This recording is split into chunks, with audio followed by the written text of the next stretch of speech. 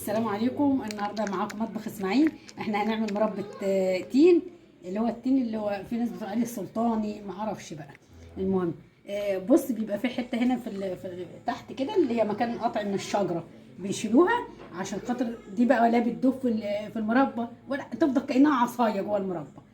بصوا من جوه نضيفه مغسوله كويس.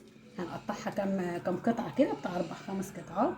هنشيل اي حرف فيها مش عاجبنا وهنقطعوها. هنقول ان كيلو التين عليه 2 كوباية الا ربع سكر. عايزه تزودي اللي يعجبك، هما دول عيار مظبوط. مثلا الكيلو عليه 2 كوباية الا ربع.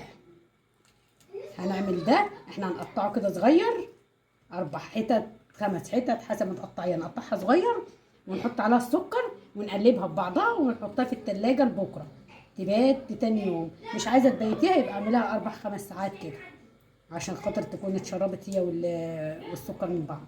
هقطعها وارجع لكم تاني. رجعنا لكم تاني. احنا قطعناه صغير اهو، قطعناه كله. وبعدين هنحط زي ما انا قلت الكيلو عليه 2 كوباية الا ربع. انا حطيت السكر ودي اخر كوبايه. هنقلبه كويس في بعضيه وهنحطه في التلاجة يتشرب لحد الصبح. والصبح نولع عليه ان شاء الله باذن الله.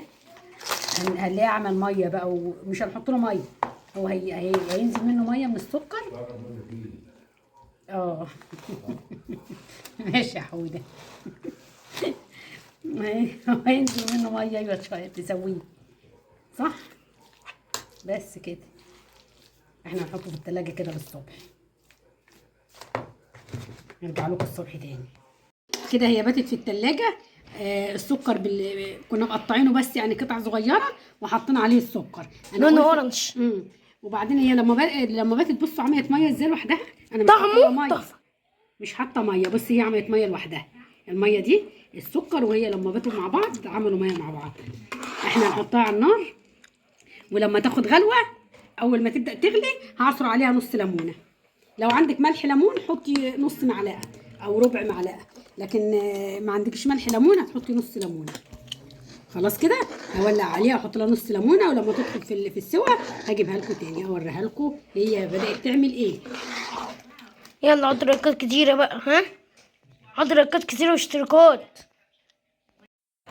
اهو رجعنا لكم تاني. هي على النار، هي قربت تخلص سوا. كده هي بقى لها دخلت في حوالي ساعه على النار. حطيت لها بعد ما دخلت قعدت نص ساعه وحطيت لها نص ليمونه، وبعد كده خدت كمان نص ساعه. وبص هي شكلها بقى عامل ازاي دلوقتي. بقت ايه، استوت وبقت جميله جدا، شكلها حلو. نقول ايه، نقول مربى.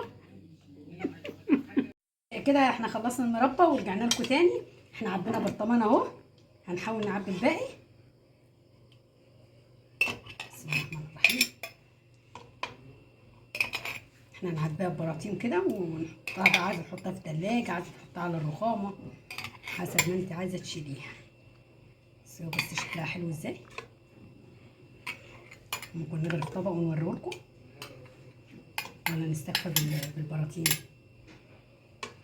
بس هي حتت وجميله. خليها طبق، طبق احلى. طبق احلى. اكنك طبق.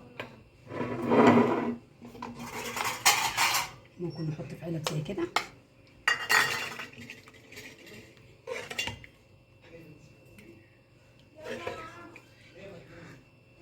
بس علب زي كده برضو. هي احنا عاملينها قطع. هي مش هنفرمها ولا حاجه، هنسيبها قطع كده تبقى شكلها الطف.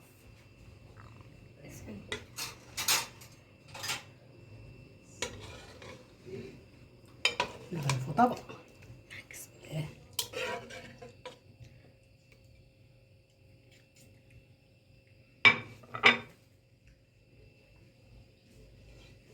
جميله وبالهنا والشفا. احنا عاملينها بقى المدارس داخله عشان نعمل سندوتشات بقى مع ان برضو كده كده بنشتروا اكل من بره، نعمله سندوتشات ونشتري من بره مفيش مشاكل. بس شكلها حلو قوي قوي قوي وطعمها تحفه.